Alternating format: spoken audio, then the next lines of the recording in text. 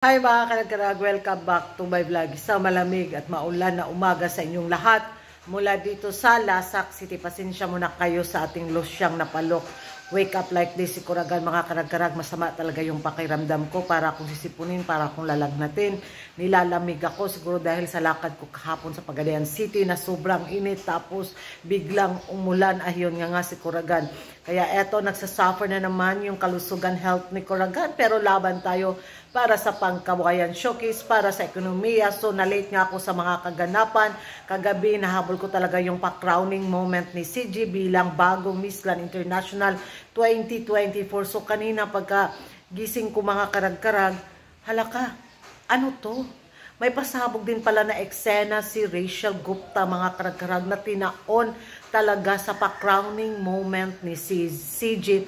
At yung pa-speech orasyon galore niya sa kanyang pa-press con, na kung saan nawindang din ako. At nawindang din ako sa wristback ni Uncle.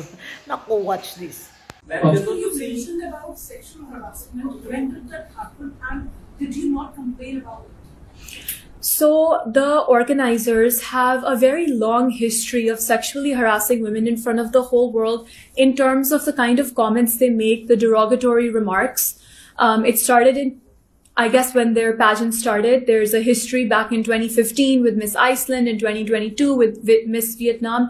And you can imagine, when working with such an organization, two things are relevant. Is that number one, I had a front row seat to all these statements. When we were judging the Miss Grand Thailand shows, or any shows really, I have a front row seat to hear all of the disgusting, defamatory, derogatory remarks they make about women, about their bodies, about just the most irrelevant things. You know, it used to make me feel ashamed that I'm sitting next to these people.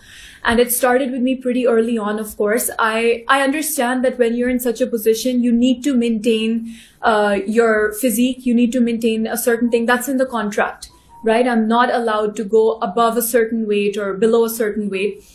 But there is a way to handle that as well. They used to send their representatives to come to me to pinch different parts of my body. You need to lose weight here. You need to lose weight there.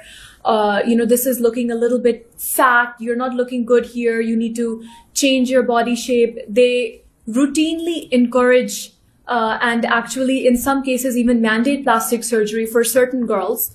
I was never one to feel pressured by any of that, but you want to feel like your organization is giving you a safe space. You know, you have to feel like even if I gain weight or if my body changes, my organization supports me.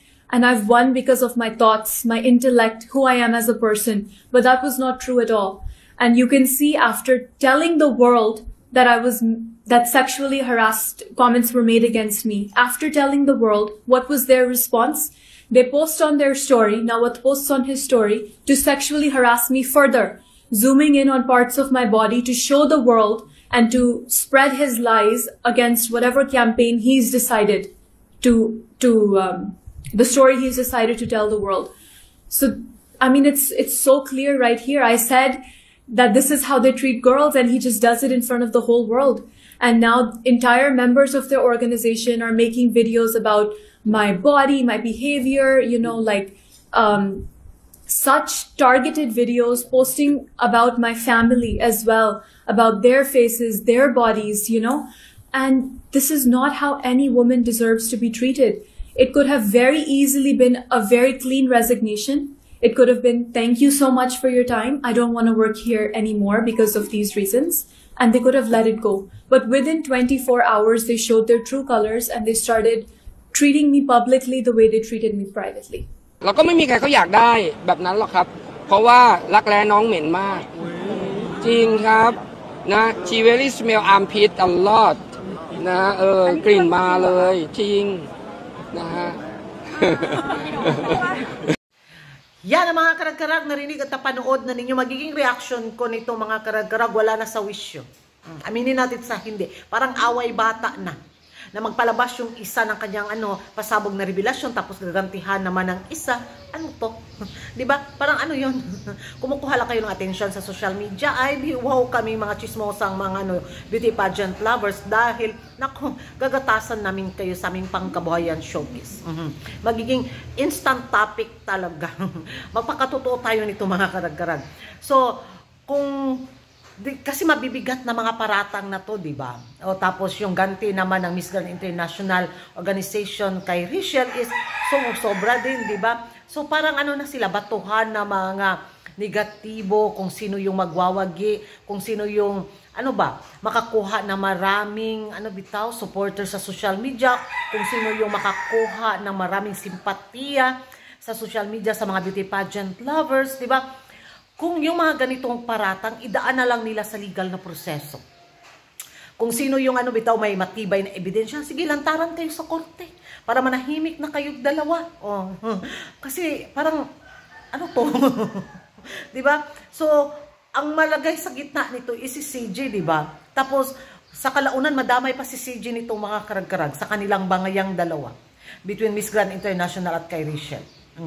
So, ewan ko sa inyo mga karag-karag kung ano yung magiging reaction ninyo sa kanilang unstoppable na batuhan na mga negatibo sa social media. Sa tingin nyo mga karag-karag, makatarungan pa ba kaya ito? Or gumagawa lang din sila ng eksena? Mag-ingay tayo sa comment section at kung hindi ka pa nakapag-subscribe sa YouTube channel ko, don't forget to like and subscribe Kuragan Karag and hit the notification bell para updated kayo sa mga latest kaganapan sa mundo ng beauty pageant. Makalisngag na jug ilong